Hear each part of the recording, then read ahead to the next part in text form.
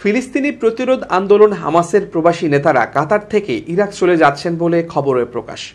Israel যুক্তরাষ্ট্র যুদ্ধবিরতি প্রস্তাব মেনে না নেয় তাদেরকে কাতার ছাড়তে হচ্ছে বলে গুঞ্জন রয়েছে। দি ন্যাশনাল পত্রিকায় প্রকাশিত এক প্রতিবেদনে বলা হয়েছে, ইরাকি সরকার গত মাসে হামাস নেতাদের গ্রহণ করার বিষয়টি অনুমোদন করে। সেখানে হামাস নেতাদের সুরক্ষা এবং অন্যান্য সুবিধা প্রদানের দায়দায়িত্ব ইরান নেবে বলে এক ইরাকি এমপি জানিয়েছেন। তবে হামাস এমন দাবি প্রত্যাখ্যান করে বলেছে, তাদের কাতার থেকে ইরাকে যাওয়া নিয়ে প্রকাশিত খবরের কোনো সত্যতা নেই। দি ন্যাশনালে প্রকাশিত খবরে বলা হয়েছে, হামাসের রাজনৈতিক নেতা ইসমাইল হানিয়া এবং ইরাকি ও ইরানি সরকারের প্রতিনিধিদের মধ্যে আলোচনার পর এই ব্যবস্থা গ্রহণ করা হয়।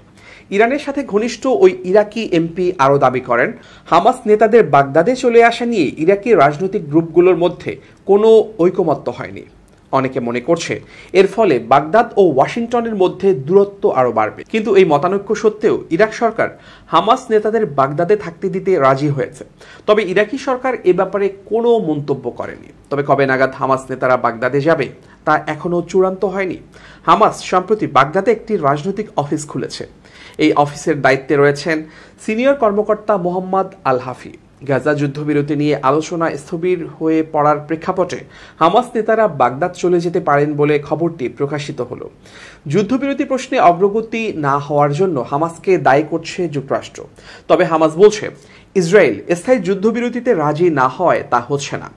যুদ্ধবিরতি প্রস্তাবে রাজি না হলে শাস্তিমূলক পদক্ষেপ হিসেবে কাতার থেকে হামাস নেতাদের বহিষ্কার করার হুমকি দেওয়া হয়েছে বলেও জানা গেছে।